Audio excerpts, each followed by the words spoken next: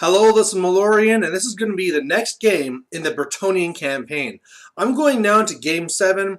Anthony already has done his, and What's Been still has his coming up. But right now, we're all really close together. For a little while there, I was way ahead, but I lost some.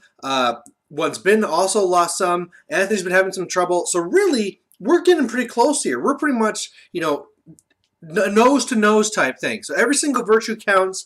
And in this one here, I'm really hoping to get another 3, or at least 2. Now, what it comes down to is that this is going to be a 3,000 point game. So this is great. I have all the points to put in whatever I want.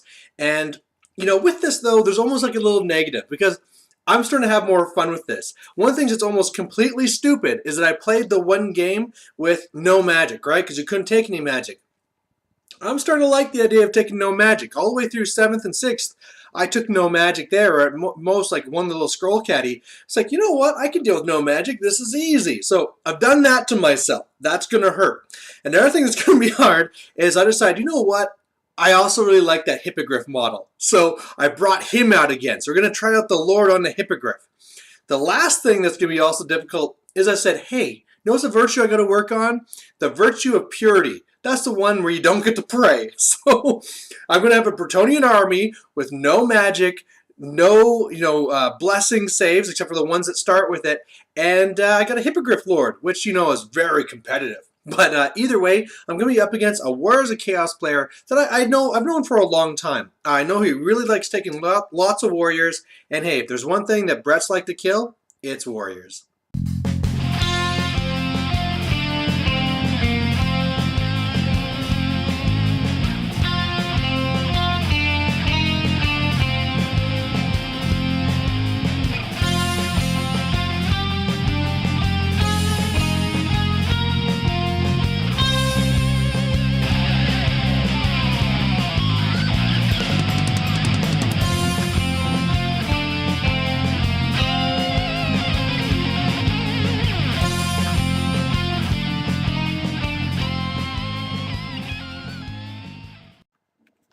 All right, so looking at my characters and what I'm trying to do here, first of all, I have my BSB. Now, he's going to have the Virtue of Purity, he's going to have the Grommel Helm, and so he's going to get the 5+ ward. I'm not allowed to pray, and I have to win the game. So that's what's going on there.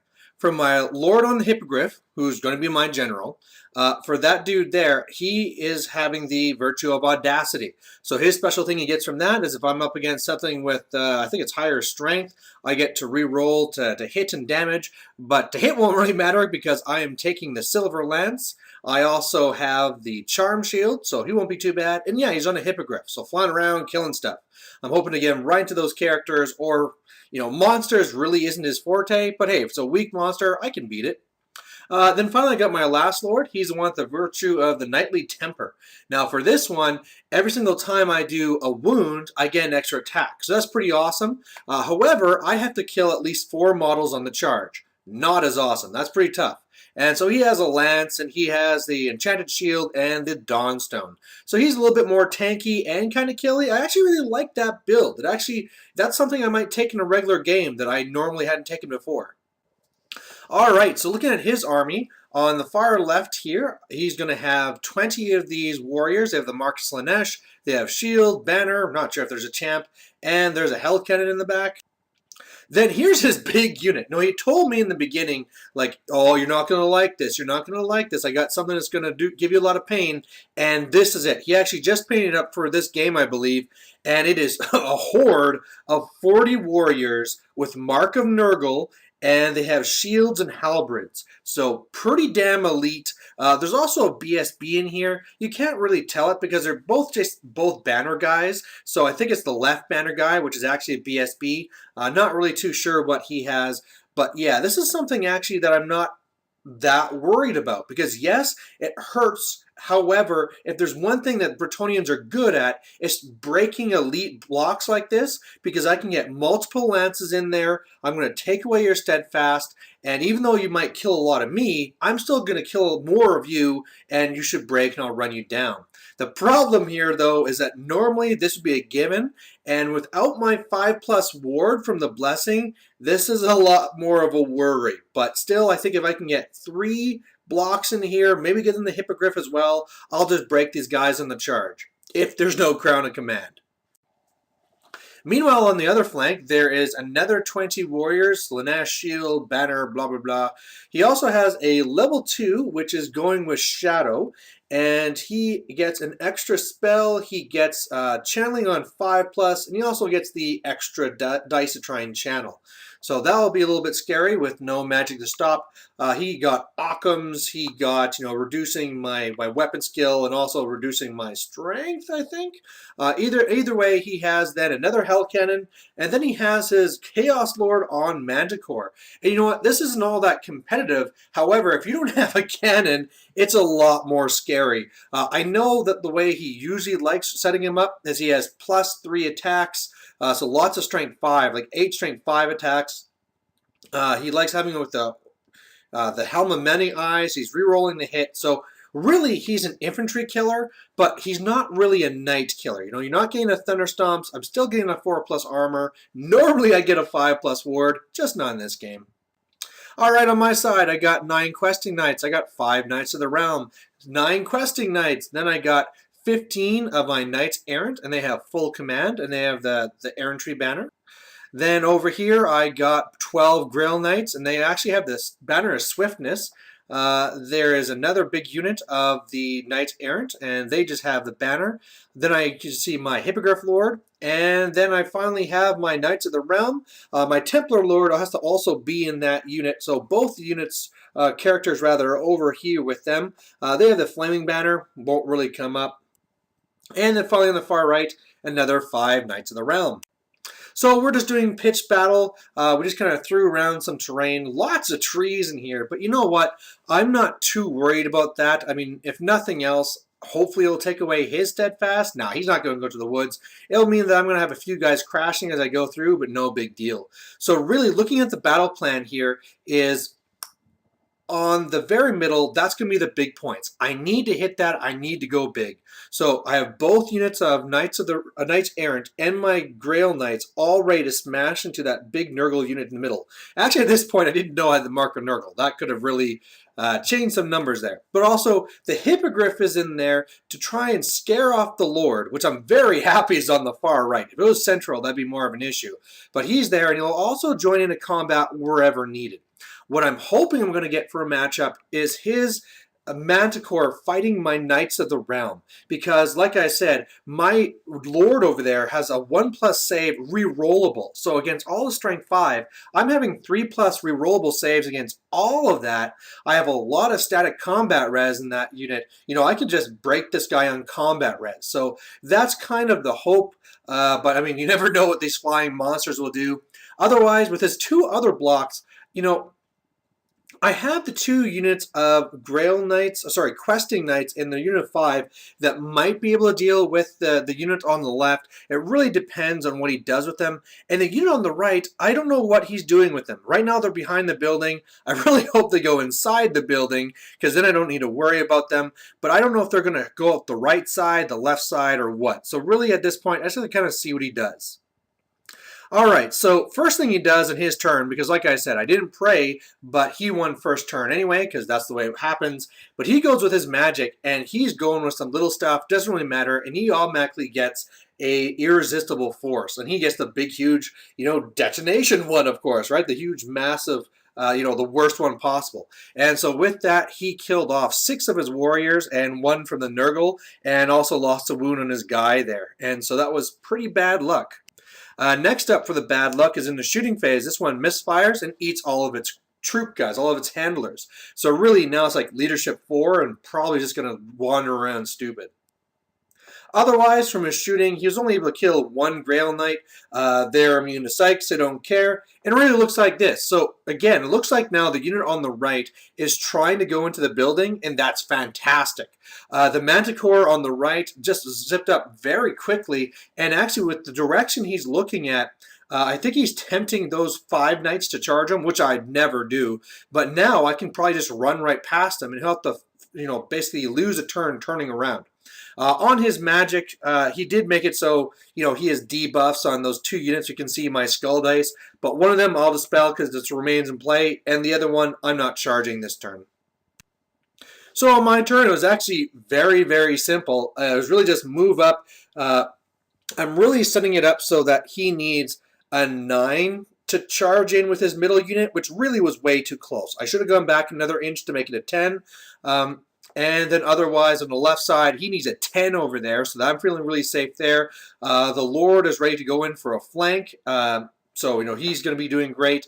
Everything is marched past. Like, really, it's just everything based on going that middle unit. I know my Knights of the Realm can't get to the Manticore anymore, so really it's just getting out of his line of sight and his charge arc, rather. So over here, that's what I'm talking about. These 5 Knights running past. My hope is that he'll turn around and try and kill them, but I'm guessing he won't be that foolish. So one of the things he does get off, though, is that he gets a double 6, and these 20 dudes are going to my 5 Knights here. And yeah, I'm pretty much dead. Otherwise, shooting goes into this unit, kills, what is that, 4 of them? And all of a sudden that really hurts. I mean, I really liked their charge potential before, and it still is pretty good with 2 characters, but losing those guys kind of hurts. Luckily, I didn't panic or anything, because hey, I'm leadership 9, leadership 8 rerolled. So over here, he kicks my knight's butt. Amazingly, only kills 2 of them. I break. I actually get away, so that means I'm going to save the points. Nobody panics. He's into my questing knights, but at least now the questing knights on the left can see their flank. So this is what it looks like at the end of the turn. Again, his magic phase was garbage. He wanted to get on Occam's Razor on his unit there on the left as it charged in, but he was out of range. So he went just to do some debuff to me, threw like 4 dice at it, and rolled like a 7 or something stupid with 4 dice. So the spell failed, and that was his magic phase. Shooting phase we went over, left cannon went crazy. The Manticore is facing my rear, but I don't really care too much because I'm going to be charging in this turn. One of the things that unfortunately I had to give up from my hand was we were talking about how charges work and how I could see the yellow unit, and even though I couldn't see the flank, because I could see the unit and fly into the flank, that would still be a legal charge. So what he did is basically shuffled things over, so he's protecting his flank. One of the things that kind of bypasses this, though, is that since the yellow unit is 4 deep, and ever since the miscast, the other unit's 3 deep, I can actually clip it on the back. So I really think this is now going to be now or never, right? Charge in, let's see what happens. So over here, I go into the flank. I lose 1 guy to difficult terrain, but whatever, no big deal. And over here, it is supercharge time. So yeah, all those units into the Nurgle unit, the 1 unit there into his other unit here, because I mean, really, I have to make sure I get those kills on the charge, right? So I'm really feeling that I should be able to do that if I get okay dice. If nothing else, I'll be able to reform, maybe get a kill from somewhere else. But this is my big push. If I flop, I'm done. And actually, the right Knights Errant almost failed. They were very, very close, and it's one of these things where if you didn't count the movement tray, it would have been a failed charge. So that close. And yeah, that's my last picture, because at this point, he gave up.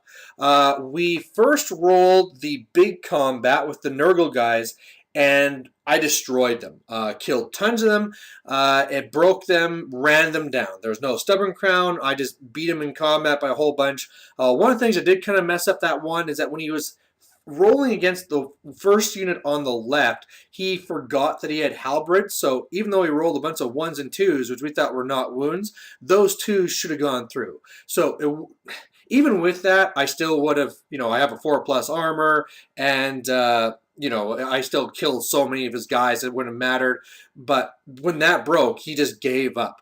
Now, luckily, I kind of said, like, hey, let's see how the rest goes. I'm doing this campaign. I want to know how things go. Okay, he says. So we do the Questing Knight one. And there again, I beat him by 4 because, again, my stuff there is wounding on 2, so he gets like a 6+ armor and no parry even on the flank, and those guys on the flank went crazy. So I broke and destroyed that 1 unit too, and he's like, okay, I'm done now. I was like, oh, please just give me the other Lord. And so we rolled that one, and yeah, that Lord with the Virtue of the Knightly Temper kills 6 guys, break the unit, run it down, and he says, okay, I'm done. And I was like, okay, let me explain. I'm playing this campaign, and basically I need to kill a monster in order to get my virtue for the hippogriff, right? The hippogriff lord. And I can go after your one hell cannon. He's like, no, I'm done. I'm just done with this game. So unfortunately, that's it. So, I mean, looking at this here with the BSB, hey, I won the game and I didn't pray. For the Lord on the far right, hey, I kept him in Knights of the Realm. I killed at least 4 guys on the charge. Hurrah! For the Hippogriff Lord, no, I did not kill a character, did not kill a monster. However, one of the things I should also say that doesn't make, I mean, at first I was feeling a little bit robbed, but one of the things to talk about here is the whole idea that, you know what, hell cannons aren't that easy to take down, right?